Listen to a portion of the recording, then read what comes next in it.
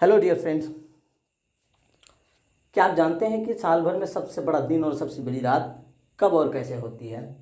चलिए आज पढ़ते हैं या सीखते हैं कि साल भर में सबसे बड़ा दिन और सबसे बड़ी रात कब और कैसे होती है।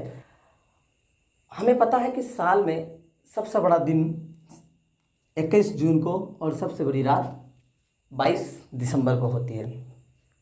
ये किस तरह से होता है, इस बात को जानने से पहले कुछ टर्म्स है उसको जान लेना बहुत ज़रूरी है। वो टर्म्स है tilted axis of the earth, मतलब अर्थ का एक्सिस का झुका होना। दूसरा डिक्लिनेशन ऑफ हेमिस्फीयर, जो अर्थ का दो हेमिस्फीयर है, नॉर्दर्न एंड सदर्न हेमिस्फीयर, इन दोनों का झुकाव होना। तीसरा है tropic of cancer, tropic of capricorn और इक्वेटर को जानना। चलो तीसरा जो टर्म है, चौथा टर्म जो है नेक्स्ट जो है सर्किल ऑफ इल्यूमिनेशन और टर्मिनेटर। सर्किल ऑफ इल्यूमिनेशन बोलिए यानी तो टर्मिनेटर बोलिए, ये आपकी मर्जी है। नेक्स्ट है सीजन के बारे में जानना। ये सारी चीज़ों को जानने के बाद हमें आसानी से summer solstice and winter solstice समझ में आएगा। समर सोल्स्टिस समझने के बाद हमें सबसे बड़ा दिन का ज्ञान होगा कि ये दिन कैसे होता है। विंटर सोल्स्टिस को समझने के बाद हमें सबसे बड़ी रात का ज्ञान होगा कि सबसे बड़ी रात कैसे होती है। तो चलिए चलते हैं कि सबसे पहला पॉइंट है हमारा tilted axis of the earth. हमारा जो अर्थ है ना, हमारा जो अर्थ को हम मेज़र कर पाते हैं, उसको स्टडी कर पाते हैं उसको ग्लोब के रूप में। हालांकि अर्थ जो एक्चुअल में जो स्पेस में जो रिवॉल्व करता है सन के चारों ओर, तो उसमें कोई भी लाइनिंग नेचुरली नहीं है। हम अर्थ के ग्लोब पर लाइनिंग खींच करके उसको मेज़र करते हैं ताकि सही से उसको स्टडी कर सकें। तो ये जो ग्लोब है ये एक्चुअली ग्लोब है, मतलब ये ग्लोब क्या होता है, सन का ही अर्थ का ही नमूना होता है। हम ग्लोब में लाइनिंग खींच करके उसको स्टडी करने में आसानी प्राप्त करते हैं। तो ये जो है ये अर्थ है, एक ही फेज में है, अलग अलग जगह दिखा दिए हैं। तो ये अर्थ का नॉर्थ पोल है, ये साउथ पोल है। यहाँ से यहाँ तक जो ये लाइन है ये एक्सिस है, अर्थ का एक्सिस है।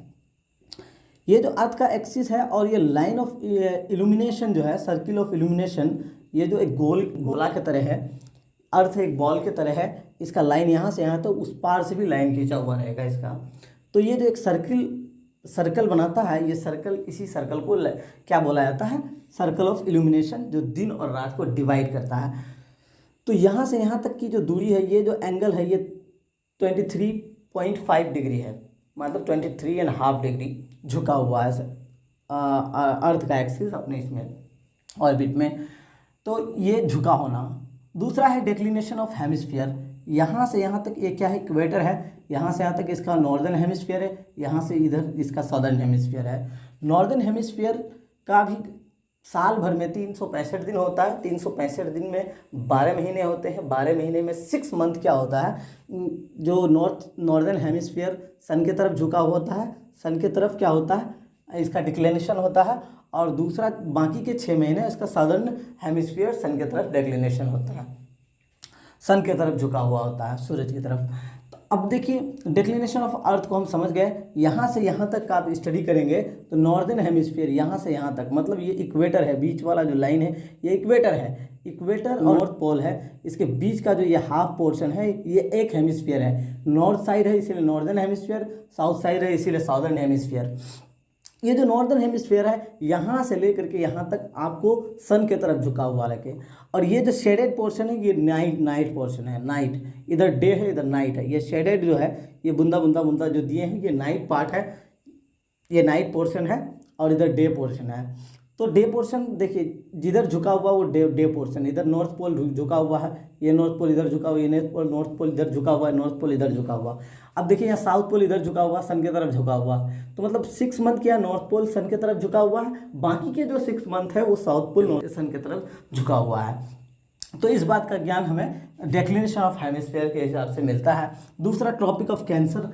ट्रॉपिक ऑफ कैंसर कौन किसे कहते हैं, इस लाइन को ट्रॉपिक ऑफ कैंसर कहा जाता है। ट्रॉपिक ऑफ कैंसर, बीच के लाइन को इक्वेटर कहा जाता है, इसको ट्रॉपिक ऑफ कैप्रिकॉर्न कहा जाता है। इसका स्टडी जब हम हिट जोन को पढ़ेंगे तब इसका स्टडी बहुत ज़्यादा इंपॉर्टेंस रखता है।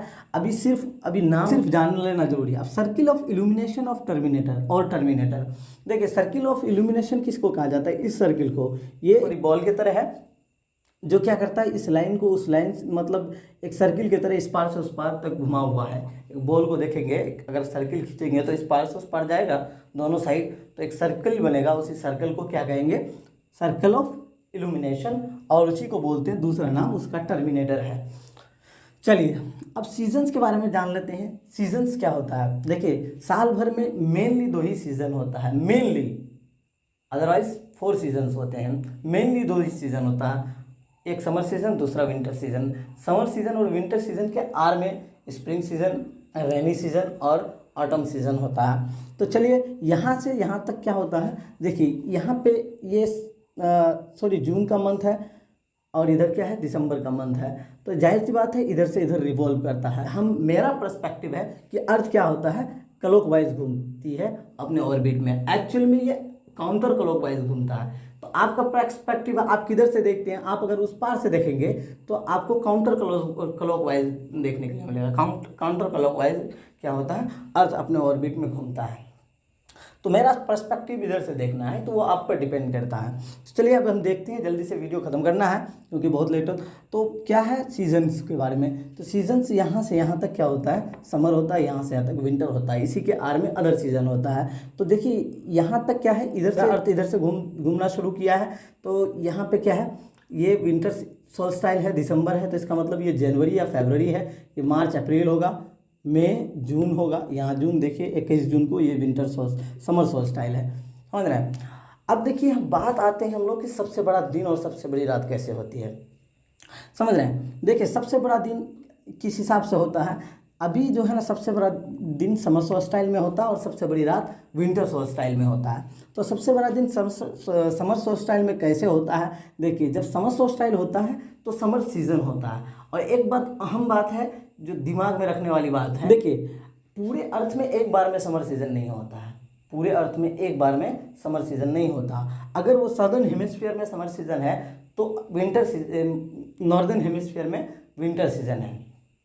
अगर विंटर सीजन में यहाँ पे देखिए ये सदर्न हेमिस्फीयर, यहाँ से यहाँ तक क्या है, ये सदर्न हेमिस्फीयर, ये नॉर्दर्न हेमिस्फीयर है। सदर्न हेमिस्फीयर क्या है, अर्थ की तरफ झुका हुआ है, तो जाहिर सी बात है सदर्न हेमिस्फीयर में समर सीजन है और नॉर्दर्न हेमिस्फीयर में विंटर सीजन है। यहाँ पे देख सकते हैं आप, यह इक्वेटर है, ये सदर्न हेमिस्फीयर क्या है, सन के नज़दीक है, ये वाला पोर्शन सन के नज़दीक है, इसीलिए समर सीजन सदर्न हेमिस्फीयर में सन क्या है, ये समर सीजन है, और नॉर्दर्न हेमिस्फीयर सन से बहुत दूर है, इसीलिए विंटर सीजन है। इसी तरह से यहाँ पे देखिए नॉर्दर्न हेमिस्फीयर, यहाँ नॉर्दर्न हेमिस्फीयर कितना नज़दीक है और यहाँ पे सदर्न हेमिस्फीयर कितना फार है। तो सदर्न हेमिस्फीयर में क्या है, यहाँ विंटर सीजन है, नॉर्दर्न हेमिस्फीयर में यहाँ समर सीजन है।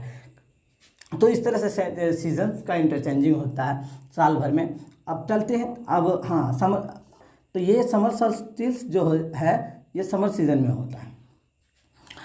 तो अब देखिए 21 जून समर सीजन में ही आता है, तो 21 जून की रात। अब देखिए मेन मुद्दे पे आते हैं हम कि ये कैसे बनता है, ये जो सबसे बड़ा दिन है ये कैसे बनता है। अब देखिए अर्थ है ना, अर्थ का ये एक्सिस है, अगर आप यहाँ हैं तो घूमते घूमते आप यहाँ आएंगे, अगर आप यहाँ हैं तो घूमते घूमते यहाँ आएंगे, अगर आप यहाँ हैं तो घूमते घूमते यहाँ आएंगे।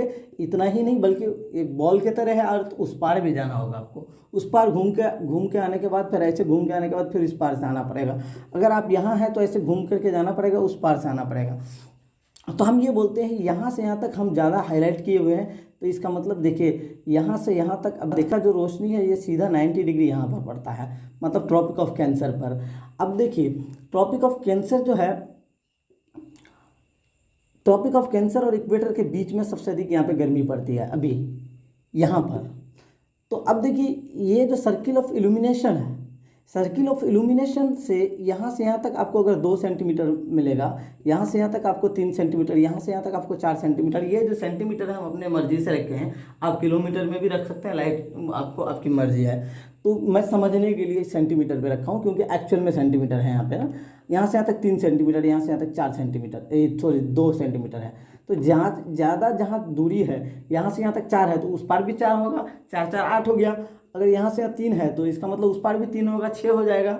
यहाँ से यहाँ 2 है, उस पार भी 2 होगा, 4 हो जाएगा। तो सबसे ज़्यादा डिस्टेंस दिन को कवर कहाँ करेगा, 4 सेंटीमीटर वाला जगह में। अगर हम यहाँ पे हैं, यहाँ पे मेरा भोर हो रहा है, तो 4 सेंटीमीटर दोपहर, फिर 4 सेंटीमीटर उधर जो शाम ढलने को और सूरज डूबने तक रहेगा।